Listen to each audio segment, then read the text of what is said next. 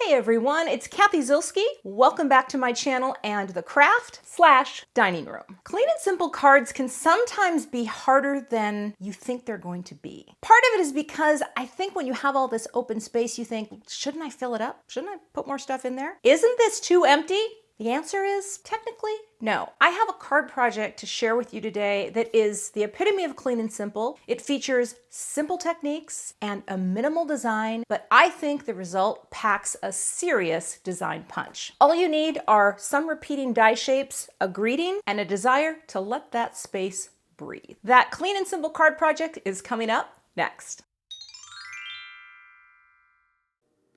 So here's a look at the card project I'll be creating today. This card hits on all of my favorite things. Simple stamping, simple die cuts, and it's a great way to use up scraps.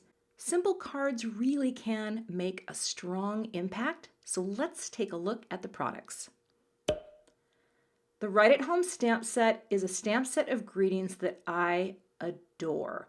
It's not just about house and home, but hospitality. I wish you lived next door. You make me feel right at home. And I love the typography in this set. Then there are the house dies, and these are just charming, very graphic. So I'll cut the dies apart, but I will keep the house lids, also known as roofs. I'm going to keep those together, and I just use this sort of magnetic paper.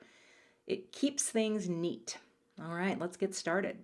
I grabbed 3 scraps from my scrap bin. I have a lovely scrap bin. In fact, I'll pop up a little tour of my craft space, the craft/dining room, but I keep all my scraps for stuff like this, right? It makes it so easy to pull out some color coordinated scraps. These just work in a simple rainbow order, and that is the set of cuts for number 1. Number 2, I'm going to use just some gray cardstock for the roofs, or the house lids. See that? Plus I can save the gray houses for something else, but that's not today's card. Glue pen. Tap it on, right? Just dotting on some glue, this quickie glue, and then I'll add my roofs to each one of the houses.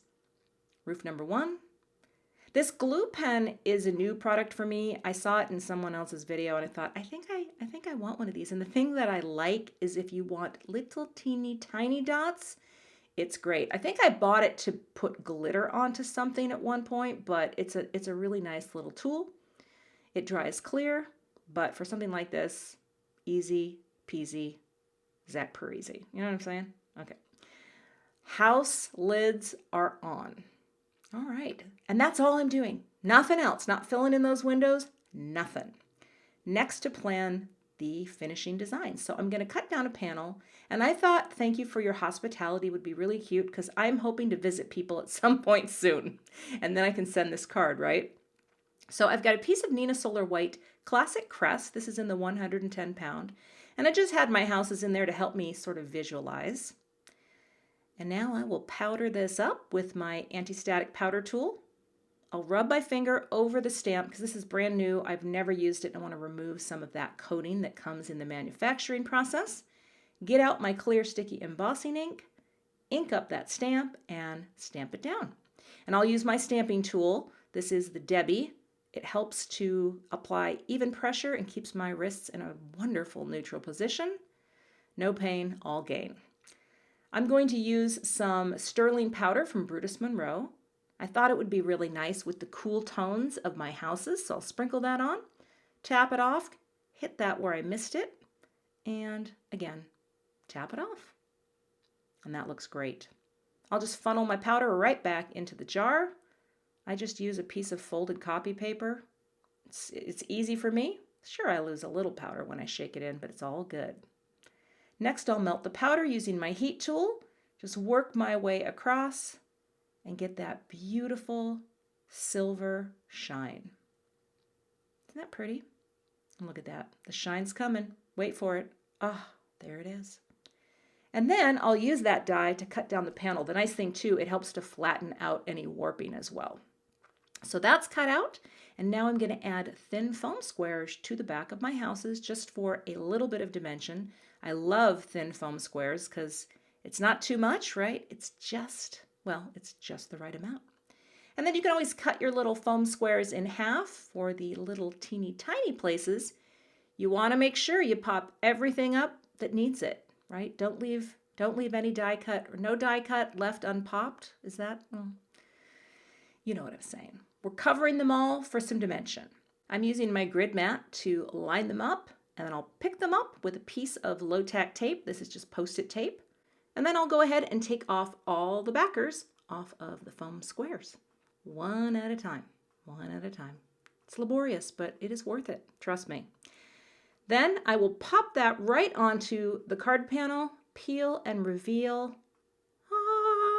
Isn't that cute? I don't know why I did this before putting it on the card base, but sometimes I work out of order. This card base will be a US A2. It will be a landscape card. So I'm scoring it right there at 4 1/4, and I will fold this down so that it will be 5.5 inches wide by 4 1/4 inches tall. Give it a good press with my Teflon bone folder, and then take the backers off of the foam tape on the panel with the houses and pop it down. And that is the finished card. This card needs nothing else, right? It's simple, it's graphic, the colors work together. Minimal cards can seem to be tricky at first, but I promise you, once you try something like this, you might just find yourself getting pretty hooked on clean and simple cards. You can find all the links for the products I've used in the info box below the video. Thanks so much for watching today. I would love to have you become a subscriber to my YouTube channel. And if you do subscribe, be sure to hit the gray bell below the video so that you don't miss the next time I post. Here are a couple other videos that you might be interested in watching. Thanks so much and have a great day.